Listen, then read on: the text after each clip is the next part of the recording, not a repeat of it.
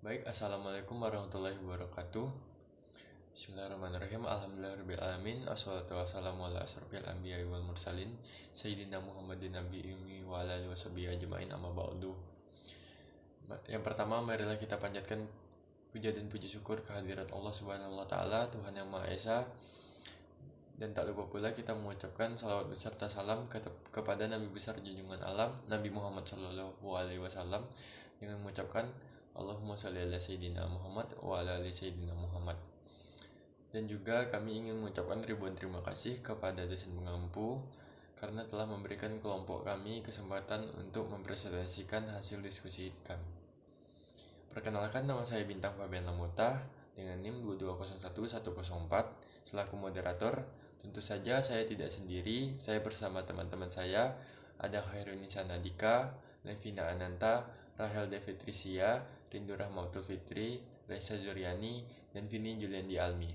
Tanpa memperpanjang mukadimah, mari langsung saja kita mulai presentasinya. Kepada pemateri pertama, dipersilahkan. Hai teman-teman, ada yang tahu nggak apa itu hemostasis?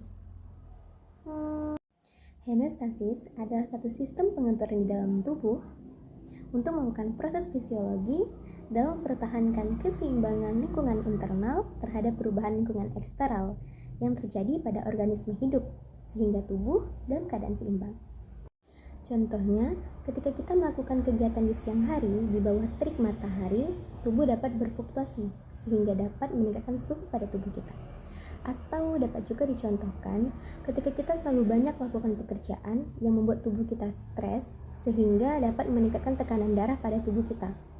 Nah, dalam mengatasi kegiatan perubahan-perubahan tersebut, tubuh memiliki satu sistem di mana mekanisme tersebut dapat membuat tubuh kita menjadi normal kembali. Nah, fungsi kegiatan tersebutlah yang dinamakan dengan hemostasis. Nah, dari hal tersebut kita dapat mengetahui konsep hemostasis, yaitu tiap sel memiliki kemampuan dasar untuk bertahan hidup. Jadi, sel-sel tubuh itu tidak bisa hidup tanpa melakukan tugas khusus yang diatur oleh spesialisasinya, menjadi sistem-sistem yang melakukan fungsi pokoknya demi kelangsungan hidup organisme ini keseluruhan.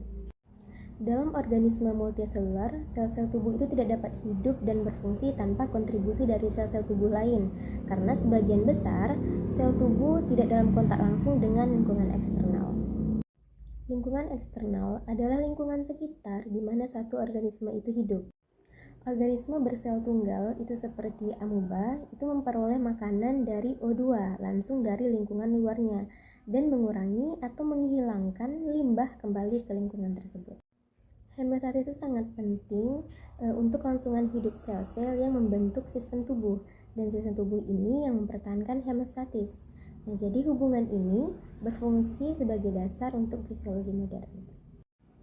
Nah, teman-teman, ada 3 komponen mekanisme hemostasis.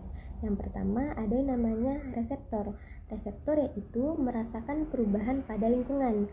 Yang kedua ada yang namanya pusat kontrol. Pusat kontrol yaitu menentukan bagaimana menanggapi perubahan tersebut atau respon. Nah, yang ketiga ada yang namanya efektor. Efektor yaitu menerima sinyal dan menyesuaikan dengan efeknya dengan cara menstabilkan variabel untuk kembali pada keadaan normal. Contohnya, ada paparan suhu lingkungan yang dingin atau lingkungan eksternal itu cenderung akan mengurangi lingkungan internal di dalam tubuh. Nah, sehingga sebagai tanggapannya, pusat kontrol suhu yang ada di otak itu akan memulai langkah-langkah kompensasinya seperti menggigil. Nah, gunanya apa? Gunanya yaitu untuk menaikkan suhu menjadi normal.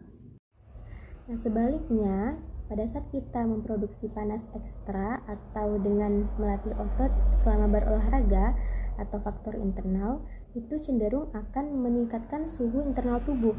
Nah, sehingga sebagai tanggapannya, pusat kontrol suhu akan menyebabkan keringat dan langkah-langkah kompensasi lainnya untuk mengurangi suhu tubuh menjadi normal. Mekanisme pengendalian kondisi homeostasis, di mana terbagi menjadi 2. Yang pertama ada negative feedback dan positive feedback. Saya akan menjelaskan tentang negative feedback. Sistem negative feedback memiliki fungsi dalam mengendalikan kondisi homeostasis pada tubuh manusia yang akan mengarahkan sistem stabilitas fisiologi, yaitu di mana perubahan awal suatu variabel akan dikembalikan pada keadaan semula. Contohnya, pengaturan suhu tubuh. Hipotalamus mendeteksi fluktuasi dan menerima sinyal dari reseptor pada kulit dan struktur internal. Kemudian memutuskan bagaimana menstabilitaskan suhu ke sistem saraf dan sistem endokrin. Proses pengaturan suhu pada manusia terbagi menjadi dua. Yang pertama ada vasokonstriksi, yaitu penyempitan pembuluh darah karena mekanisme atau rangsangan tertentu pada tubuh. Vasokonstriksi ini bisa terjadi pada tubuh dalam keadaan volume darah yang kurang seperti pendarahan, dalam kondisi dingin atau dalam kondisi tertentu. Kemudian yang kedua ada vasodilatasi, yaitu pelebaran pembuluh darah di mana menyebabkan air dapat keluar dari kulit karena pori-pori melebar dalam bentuk keringat dan membawa kalori. Secara tidak langsung, hal ini dapat menurunkan berat badan. Selanjutnya yaitu mekanisme sistem umpan balik atau feedback yang kedua, yaitu positive feedback. Pada positive feedback, perubahan awal suatu variabel akan menghasilkan perubahan yang baik. Contohnya proses pembekuan darah. Selanjutnya yaitu cara menjaga panas tubuh. A. Produksi panas. Yang pertama, bergerak dan latihan. Kedua, menggigil. Yang ketiga, vasokonstriksi. Yang keempat, menggunakan pakaian tebal. B. Kehilangan panas. Pertama, mengeluarkan keringat. Yang kedua, vasodilatasi. Dan yang ketiga, menggunakan pakaian tipis. Faktor-faktor yang diatur oleh homeostasis. Yang pertama, ada konsentrasi molekul nutrisi atau zat-zat gizi. Sel-sel membutuhkan pasokan molekul nutrien atau nutrisi yang tetap untuk digunakan sebagai bahan bakar metabolik untuk menghasilkan energi.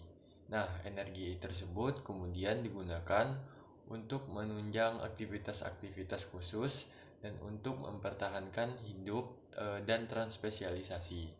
Nah, yang kedua ada konsentrasi O2 dan CO2. Sel membutuhkan O2 untuk melakukan reaksi-reaksi kimia yang menarik.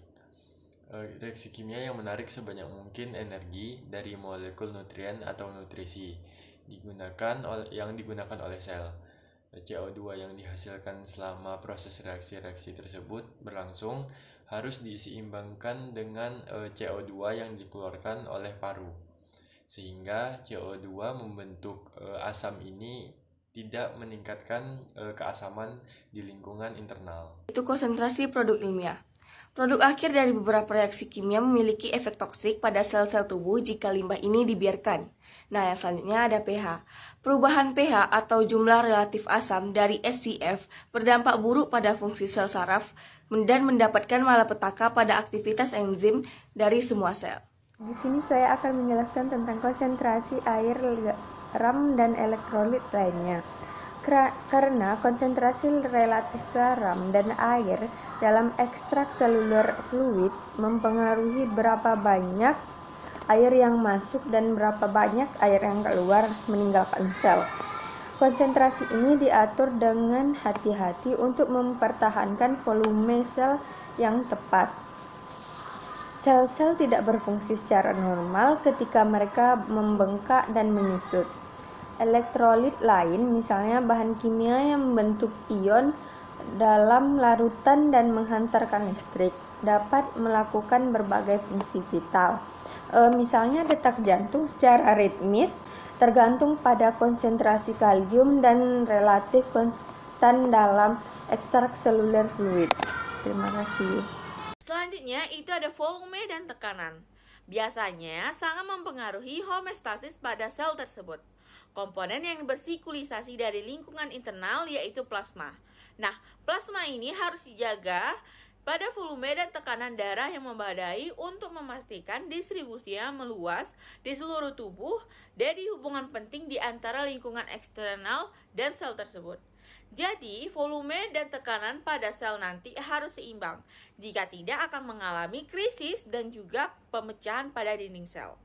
Selanjutnya itu suhu. Suhu sangat penting. Suhu nanti berpengaruh kinerja dari suatu sel yang ada pada tubuh kita. Sel-sel tubuh berfungsi paling baik pada kisaran suhu yang sempit. Jika sel-sel mendapatkan terlalu dingin, maka akan melambatkan fungsi dari kinerja sel-sel tersebut. Demikianlah hasil dari presentasi kelompok kami. Kami mohon maaf apabila ada salah perkataan, perbuatan, dan juga ucapan, karena kesempurnaan hanya milik Allah semata. Kami akhiri, wassalamualaikum warahmatullahi wabarakatuh.